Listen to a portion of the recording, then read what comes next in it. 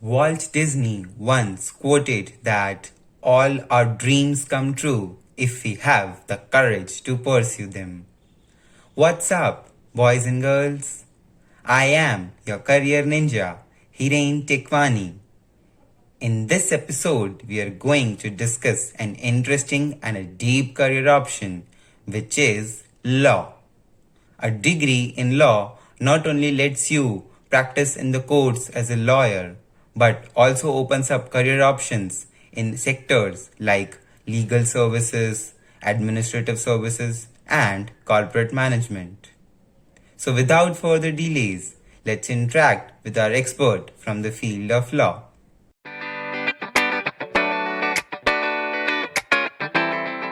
My happiness and excitement is on the level 100 today as we talk about a career option which does justice to each and every of its aspirant. Yes, you got it right. We are going to discuss law today. For this episode, I am accompanied by a very special friend of mine, Yashi. Now I request Yashi to please introduce herself. Hello everyone, this is Yashi Pratipraka. I'm a third year student in SVKM's NMIMS School of Law, Navi Mumbai. It gives me an immense pleasure to be a co-host and interview Saurabh sir here, interviewing you. Thank you so much, Yashi, for joining us today. Now, our today's special guest is the Associate Dean of School of Law, NMIMS Navi Mumbai campus. We have Dr. Saurabh Chaturvedi with us today. Dr. Saurabh holds a LLB, LLM, and doctorate in law from CCS University. He served corporates including Reliance Industries, KGMC Merchant Bankers, and Electra Limited for more than 9 years at various levels and deputed in various countries in Southeast Asia and Europe.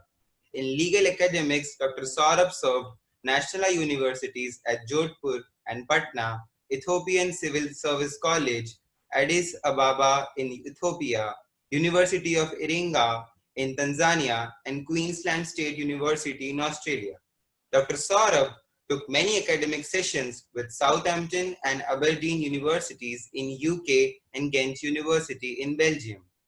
Also, he has authored two books that are Child Jurisprudence and International Trade Law and has published some journals too. I'm glad to have you here, sir, today. Thank you, my dear. It is my pleasure to be here with you.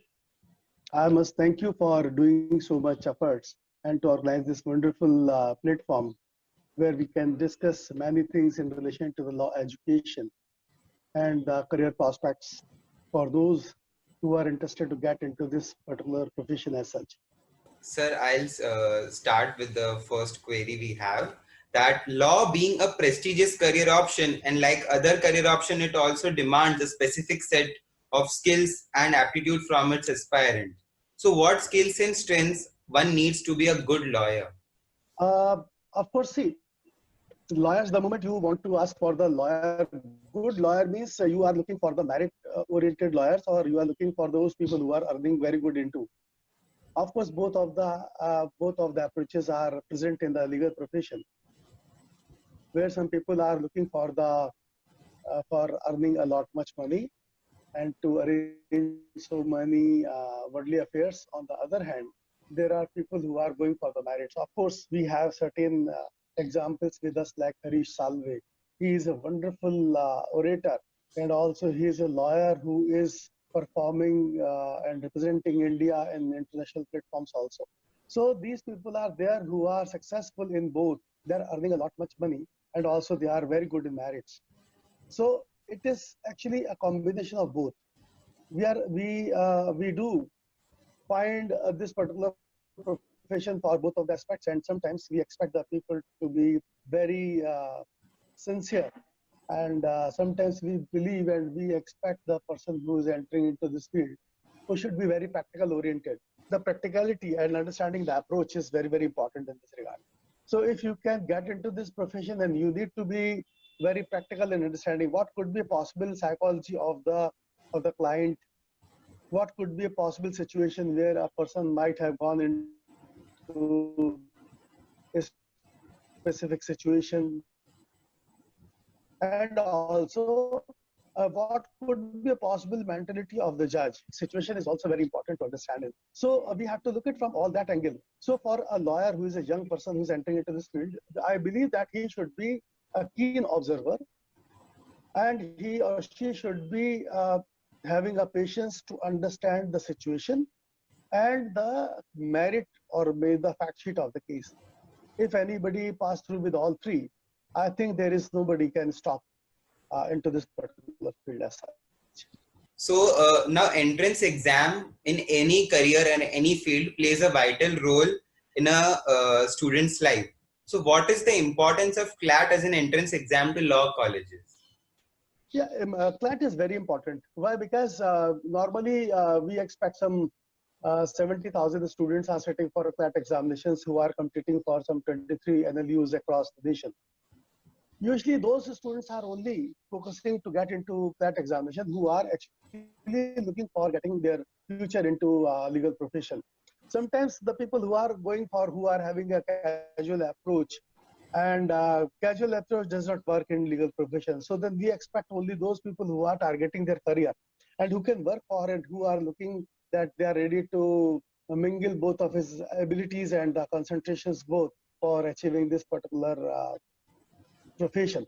So of course, I understand CLAT is very, very important to identify those students who are having their targeted objective to become a lawyer and to be a good person on the merits.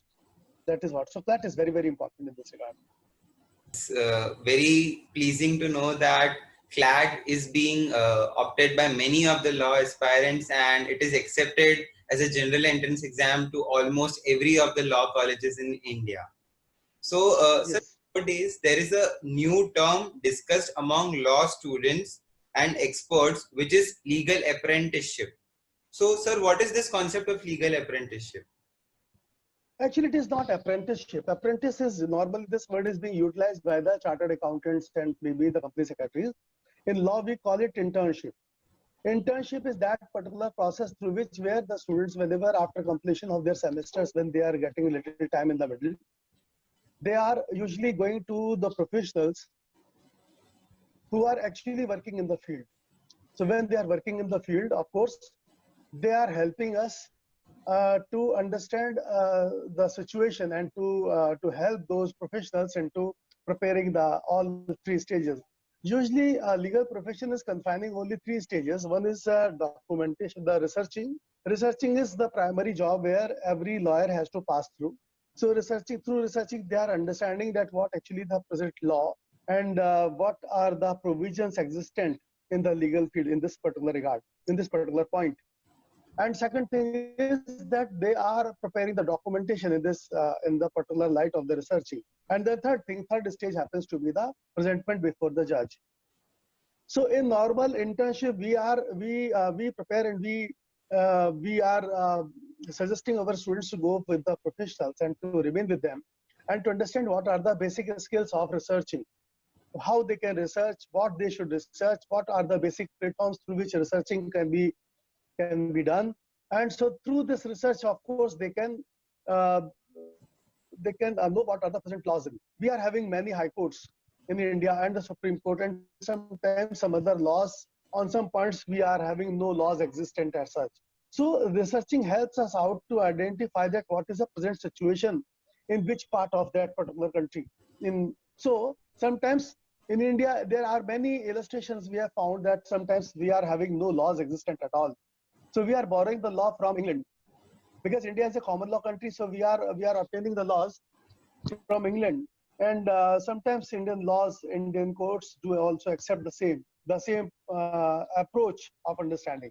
So internship helps them out to understand and uh, to achieve a first-hand experience under the profession with the seniors. So then internship is very, very important for us.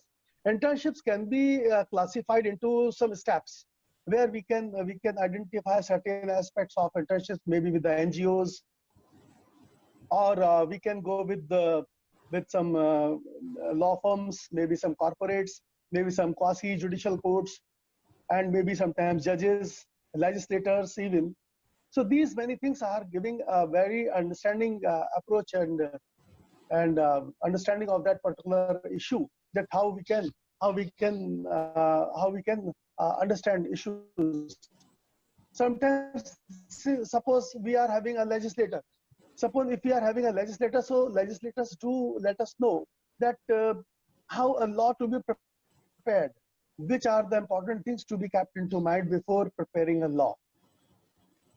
And so, if there happens to be a judge has to understand both the prosecution, the defense, and then the approach of the judge himself or herself. So all three things have to be taken into care. So internship happens to play a very, very important role in this. That is what my understanding. Now that you raised the concept of company, CA, so I just wanted to know, is it possible for students to opt for maybe company secretary, or maybe some small courses like maybe marketing or finance, or just other courses, so that they can enhance their skill? And if they do that, is it beneficial for them? See, law is, in the usual manner, law is divided into only two different platforms. First is the criminal law, and second is the civil law. Again, all type of civil and criminal laws are subdivided into many other segments. So these segments do have their own specializations. But for law students, usually we believe that company secretaryship, like the CS, is very, very important. Why? Because as company secretary is basically a person who is a member of the board of every company, who is having a specific turnover, which is specified in which changes as per the company law provisions as such.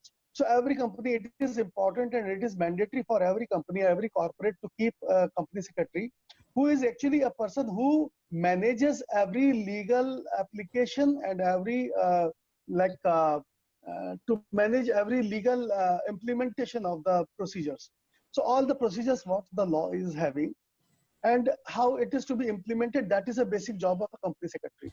So company secretary has to manage both of the things. He has to look at the company affairs and also to look at the how the law to be implemented.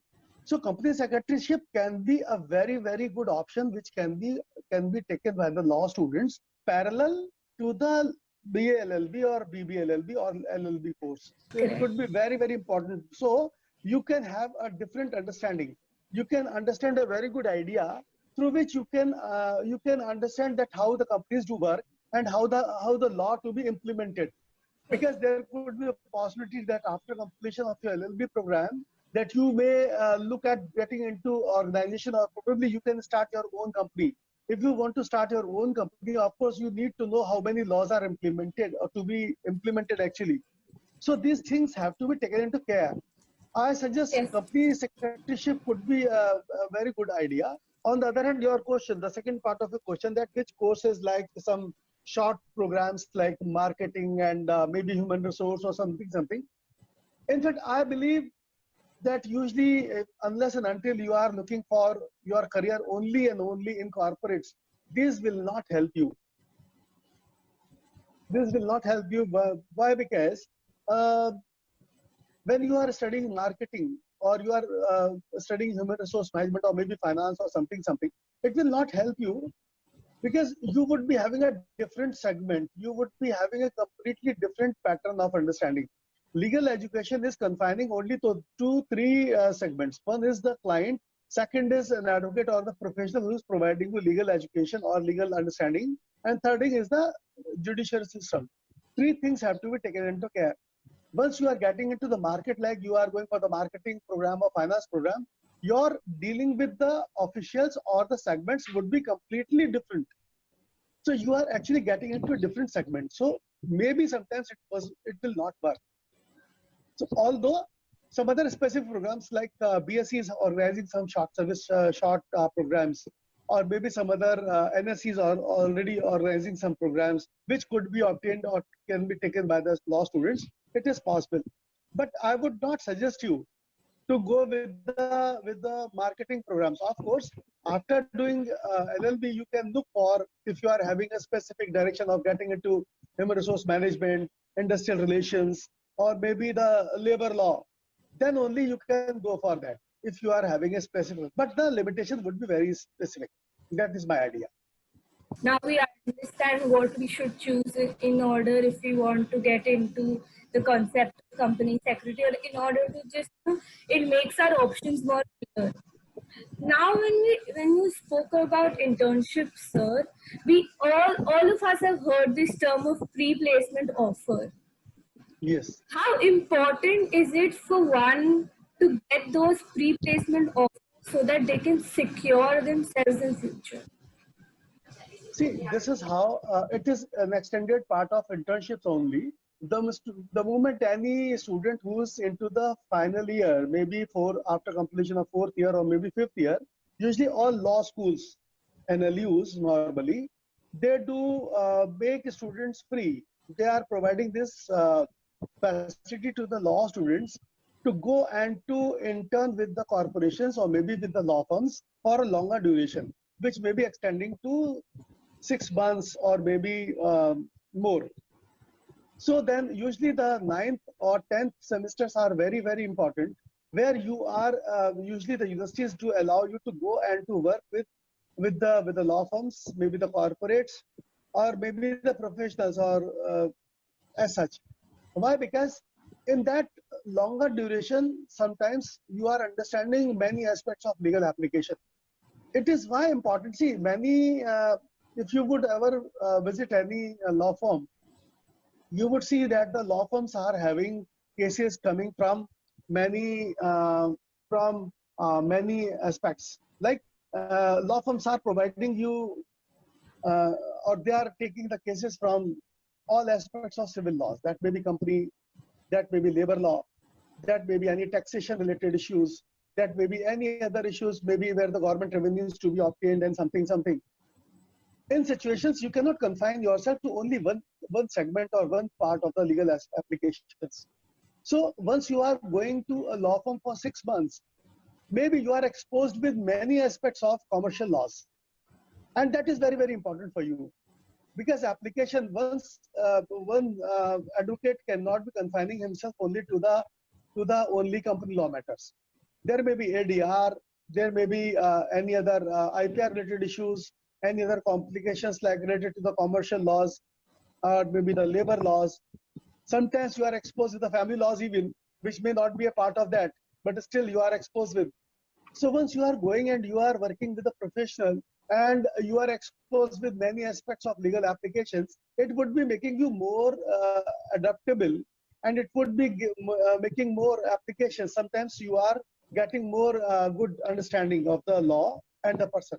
So the principles and the practices are narrowing down once you are there for a longer duration. So it is being suggested that in your 9th and the 10th semester, you should try to remain for a longer pre-employment plans or maybe pre-employment engagements. That is what the basic idea. Thank you, sir, for sharing your opinion on pre-placement talks. So, as we know, you carry a great experience in as a legal academician. So, what is legal research, and why is it so important? Why is it so important besides ongoing academics for a law student? See, researching, as I told you initially, Hiran, see, legal research is very, very important because many times on a one single aspect only, there could be many focuses could be developed. For illustration, if I give you one single case of Arushi murder, suppose, I'm just giving an illustration. In the Arushi murder case, there are many aspects to be seen. You are understanding it from the point of view of the parent who are in the prison for killing their own daughter. Sometimes the police is considering that probably the parents might have killed their own daughter. On the other hand, the social system thinks that a parent cannot kill their own daughter. See, so, but the crime is committed. Who killed it, we do not know. So the focuses may be different. Police may think it from the point of view that the little child might have something where she met with an accident. It could be one possible focus. On the other hand, there could be possible focus where the parents could have been found that they are killing their daughter for the honor of the family. Sometimes that the daughter might have met with an accident, but the crime is committed. See, the focuses may keep on changing. In the same manner, in the commercial law, suppose a check is bounced in a company, like whatever has happened with the Anil Ambani Reliance Anil Ambani led company. He could not meet with some deadlines of payment to the Bank of China. We have very limited aspects. Sometimes he says that, see, because of this lockdown, I could not pay. The banks were not in the working. Okay. Or maybe the check which was given, the check was not tallying the signatures, or the check would have been kept into many days. So then the specific duration of 90 days could have been passed. So in one single case, there could be many focus. So legal researching helps you to understand that which focus you must stress and what could be a possible understanding of a person who is engaged or who is investigating that. So suppose a student like Yashi, when she is investigating a case, or suppose she is evaluating one commercial contract, she has to look it from all angles, where she could be competing, and she is preparing a contract which is complete from all angles. All angle means from the angle of the corporation, from the angle of the government, from the angle of the labor, from the angle of the international notions. So there may be many angles. So researching helps us out to understand which are the angles engaged into and which is most important, where the stress should be made to. So then this particular researching is very, very important. Without researching, legal profession cannot help you. If you are not a good researcher, legal profession is not for you. Thank you so much for that. Now we as law students will make sure that we make our researching skills even more stronger. Yes. Sir, previously you mentioned that there are majorly two aspects, civil and criminal. What are the other more specific areas of specialization in the field of law, so that we students, when we are looking out in the third or fourth or fifth year where we want to specialize, how can we do that? See, in the usual manner, what we do, we are classifying it into some 3 or 4 categories. We are classifying it into the constitutional law, sometimes in the commercial laws, maybe the criminal laws, or maybe the international laws and the human rights. So normally we are dividing in India. I'm talking about India only. In India, we are having 4 or 5 specializations, which may have some more subsections also. But in international law, there are very specific patterns of studies. When you are specifying human right is a complete stream. So it has many aspects. Like if I say human right is not confining to the human right of a person. Human right may be different from human right of a child, may be different from human right of a woman. So human right of an old person. So human right of a migrant labor. Human right of the migrated or internationally adopted children. See, so human right could be a very huge subject. In India, we are keeping it with the international law and the human right. But internationally, it is not the approach. So in this question, if you are looking at from angle, in India also, we are becoming little more elaborating. We are making more specific laws for it. So in the commercial law, we are having specific laws for securities, commercial laws for the corporations, and like incorporation of a corporation, and how does it work? What could be the possible rights of the directors? What could be shareholdings? And the taxations, the government notions, implementation of the laws, labor laws, industrial laws, and some other issues like Factory Act. These many things are becoming little more elaborated in India. I believe that in India, we are still lagging behind for almost 10 years from the international standards. It is my understanding. So maybe we are requiring more specific laws on specific topics. Like in India, I have rarely seen any law school, no law school. We are having 23 NLUs in India now, and none of the NLU is teaching water law. Water law is a very big subject which is being taught and which is adopted in Europe. So in Europe, there are many institutions which are specifically meant and established only for teaching water law. It is not taught in India. We take it, water law could be taken as a part of some other law also. So then we are still lagging a lot behind. I understand that the commercial and civil criminal laws, whatever we had, there is a need of going into deep detail. We cannot generalize the lawyers. And so 5-year duration is not sufficient. Usually in India, before commencement of 5 years law college, law course, we used to have only 3 years law school, which may be comprising only 20 law subjects. But now we are teaching in 5 years law courses, we are teaching some 10 semesters, we are teaching almost 60 papers. But the 60 papers are also not found sufficient. There is a need to be more specialized. Many institutions, maybe like NLU Jodhpur, I was there in, they are specializing the students after completion of their 3rd year. In 4th year, they are having 4 or 5 different streams. So student can choose any of that. They can go into any specific stream.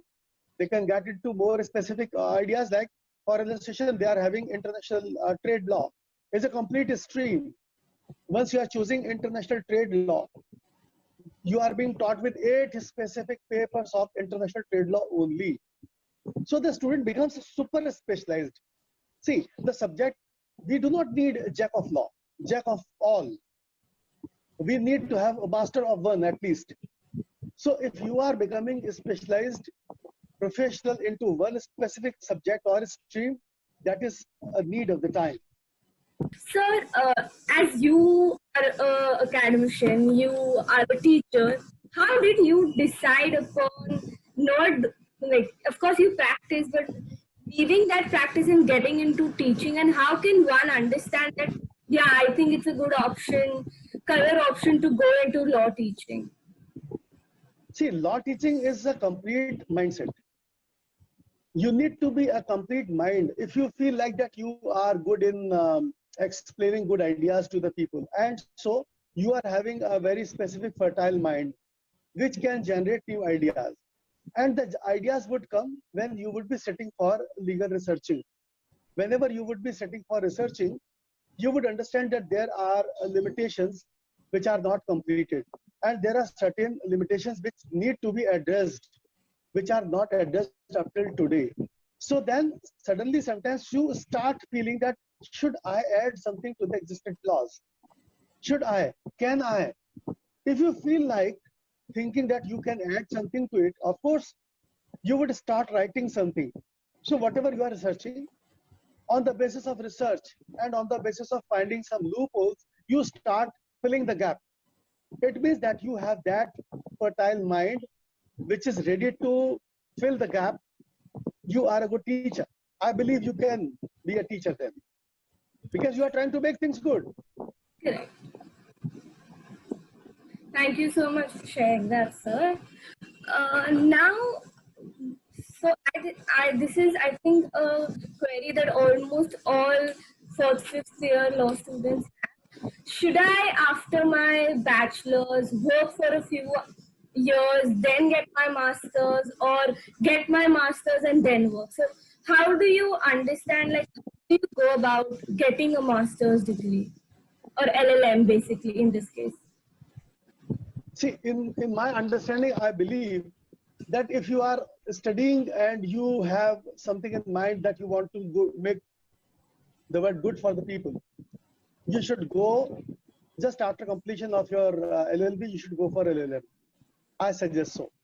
And so you can always go for some specific field of choosing. Still, you are in 3rd year. You are about to enter in 3rd year. So then you are still a kid. For me, I understand. Once you would complete your 3 years, once you would be entering into 4th year or something, 4th year, you would be exposed with many new subjects. These many new subjects would be giving you many good ideas. And these ideas would give you this understanding that you want to go deep into that subject or deep into that particular, into specific segment. Suppose human right. For me, suppose you are having an interest of getting into human right. We would be teaching you human right as a part of international law in LLB. But being a person who want to make something, who want to add something, you want to contribute to the society, of course, it is possible that you would be likely to be a little more exposed to it. If it is that, it is perfectly fine. You should go for master's program from that institute which is addressing your queries. Do not go to fetch a degree, please. My submission is do not look for a degree. Degree may or may not be, you may be getting very good marks into your degree program, but sometimes it is difficult that you are understanding the subject even. So I would suggest just sit down with a cool mind and look whether, what do you want? If you feel like that you are having, suppose you feel like that, suppose you are having, you want to go for a little more exposed idea in human rights, of course you can, you should look for a master's program into that particular idea, just after LLB. It would be giving you food for the mind, and it is very, very important. It satisfies you. Now Okay. when we were discussing about this, I think a very normal question that a student and I also had while I was giving class is, what if I don't get into an NLU? What is the difference between the lifestyle of an NLU from a non-NLU? And what difference does it make in the life of a student?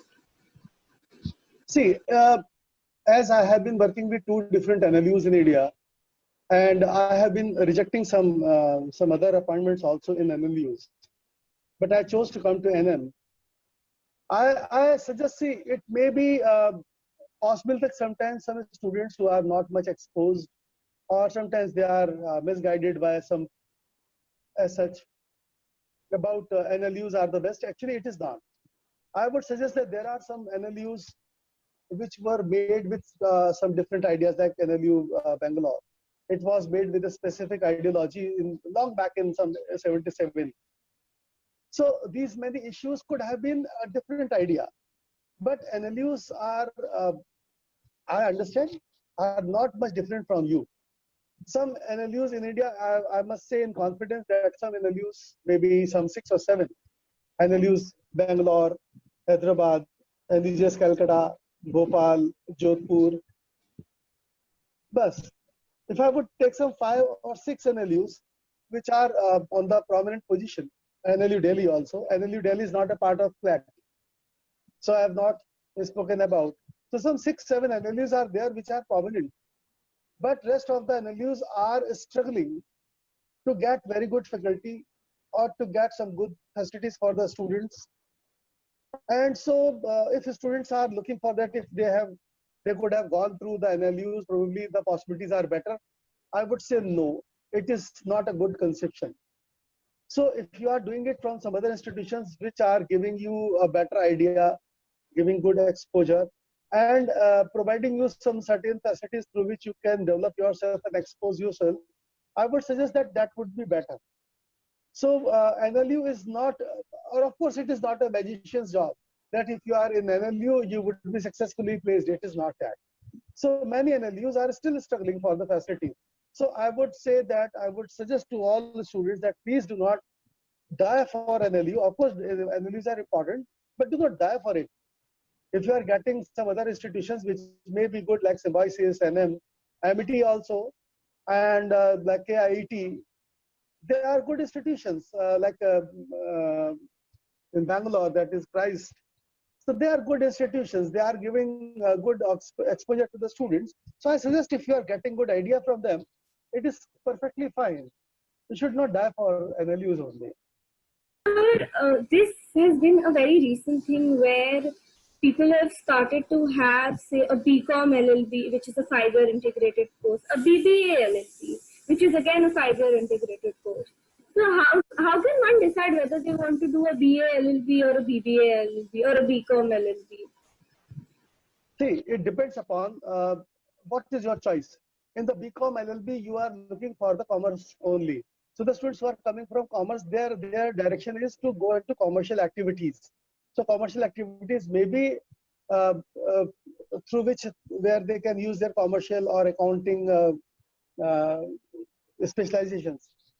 In the BBA LLB, normally you are looking for those corporations or maybe the law firms which are doing also the commercial activities. So there is a minute difference in BCom and BBA. On the BA aspects, of course, humanities is there, so it is a different idea. But for BCom and BBA, there is a very thin line. It depends that what actually you like to. So sometimes the students who are choosing for BCom LLB, they are looking for, they are doing something parallel, like as I told you, CS or maybe CA. Some of them are interested to get into the CA, going parallel with the LLB program. Because CS and CA, both of the programs are going parallel. They are allowed to do by the law students parallel. So there is a very thin line in the middle. So some institutions do make some specializations like BCom. They are asking you to go with some commercial studies like accounting, management accounting, and financial accounting, fund flow management, and all that. So they are trying to tap you into to give you an exposure of share market, security market, mutual funds, and all that. That is to be given to. Of course, it is being taught in BBLLB also, but the pressure happens to be more in BCom. So there is a very thin line. You can choose if there is there anything.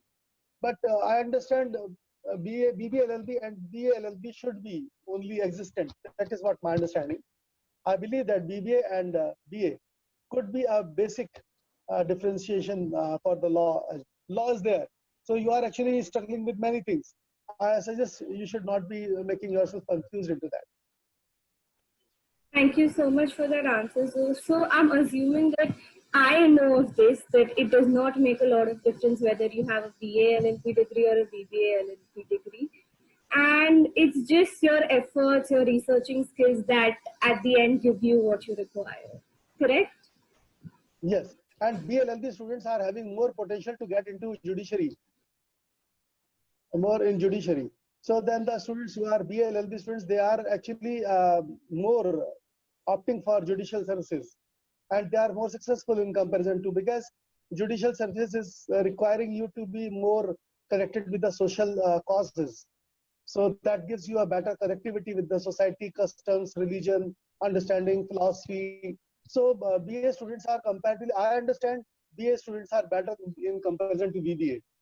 It is my personal choice. Of course, people may have different ideas. So now, as we know, a hardcore fact that we have been stuck in this pandemic, that is COVID-19, and we all have to live with it. So, sir, how has COVID affected law as a career option, and how in future will it affect more?